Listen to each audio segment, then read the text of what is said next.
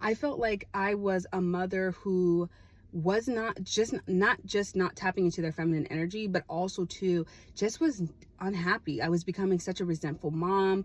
I was yelling at my kids. And then I just stopped doing stuff. Like I stopped cooking, I stopped cleaning, I stopped taking care of myself, because I was just falling deeper and deeper into the devil's lies.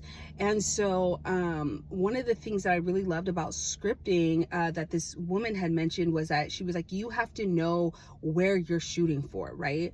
A lot of times we go on social media and we see someone else's life and we're like, oh, I want that life, right? And you may be put in a situation where you can have that life and you see that maybe that's not exactly what you wanted, right? Maybe what you truly wanted was that joy that you saw this person experience because they were doing something that they scripted, that they were focused on, and now they're fulfilling. So I wanted to show you guys my scripting book. I love it so much because it says, because of your faith, it will happen. And I went to the Dollar Tree and got this, and I was like, wow, this goes perfectly with what I'm trying to do.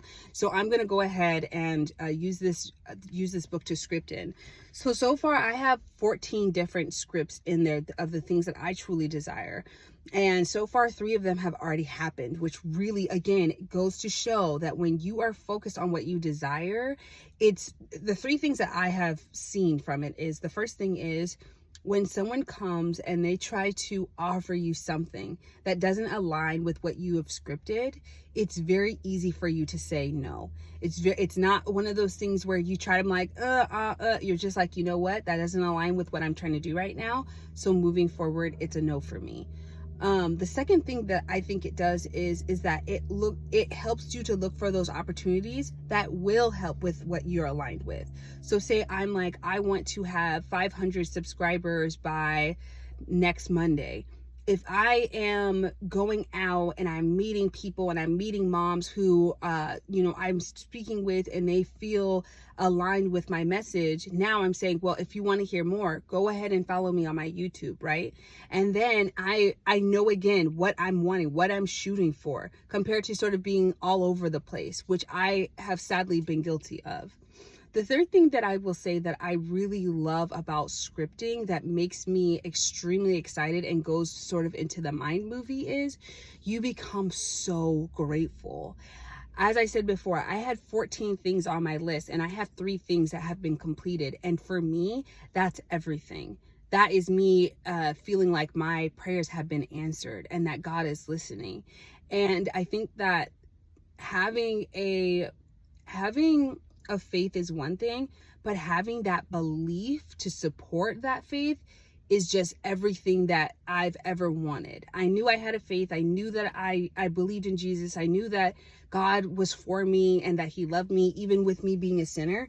But the hardest thing sometimes was believing that he could have the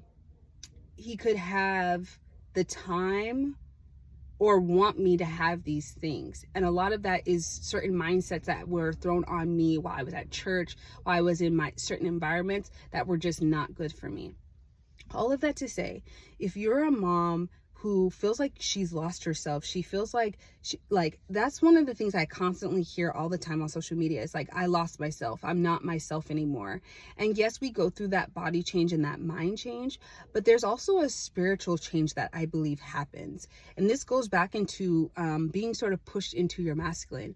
When you have a child and you're holding your baby for the first time and you're feeding that child and you're thinking to yourself, this is my responsibility. I have to take care of this baby. I have to take care of this beautiful blessing that God has placed into my hands. I think that we go and we are more in our masculine being than ever. Now, if you are blessed with a husband who is in his healthy masculine and he showed up for you and he made it so that you could stay in your soft feminine, girl, you've won the jackpot, and God bless you, and just keep going on that rate, because we need women that can show us the way. But if you just so happen to not have that experience, which was my story, just know that God wants to show up as that masculine man for you. He's God. He can be whatever you need him to be. And that's what I love about him. He doesn't leave you high and dry. It doesn't matter if you're a single mom. It doesn't matter how you conceived this blessing. At the end of the day, it's a blessing, and he wants to show you how to perform miracles in your life so that you don't have to have the same stories as maybe some of the women in your circle or some of the women in society. But again, one of the things that I definitely will say is start scripting. Start saying specifically what you want in your life. I know for me, something else that I did with scripting is making sure that it's holistic, right? It's nice to say, like, I want to make $21,000 a month. That's great. But if I'm not taking care of myself, if I'm not taking care of my body, if I'm not taking care of my spiritual life, if I'm not taking care of my relationships with my kids and with my family and my village, it's like you get to 21,000 and you have nothing really to show for it. You're the richest poor person you know, right? So what do? We sit there and we go through every facet of life. What is it that you want to be eating? I said in my scripting journal, I want to have tons of vegan options for the menu that I have in my life so that I can start eating better. I know that's something I truly desire. I want to be able to have tons of free time with my children. I want to be able to travel with my children. I want to be able to have a house on our own. I'm so blessed to have been able to live with my parents, and now I get to live with my sister. And again, it's a huge blessing, but I don't want to be a burden to anybody. I want to be able to live on my own and have my own rules in my own house. And again, like, I've been so blessed to learn what that looks like by living with my parents and living with my sister. Something else, I want a new car. I love my mom van. Betty Blue has been amazing, but I want an upgrade. I want to be able to buy my children clothes in all seasons of life. For the most part, and not a lot of people see this, but we have a lot of our fall clothes I cut up so that they can have spring and summer clothes, right? And then around their birthday, we're blessed to have grandparents and my siblings buy them clothes. So I want to be able to go on shopping sprees with the kids. I want to be able to, again, have them be homeschooled.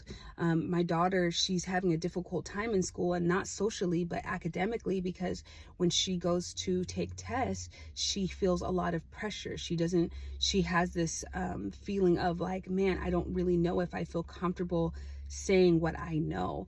And I know a lot of that stems from, all of the different transitions we've been through over these last couple of years. So for me, those are some of the deepest desires of my house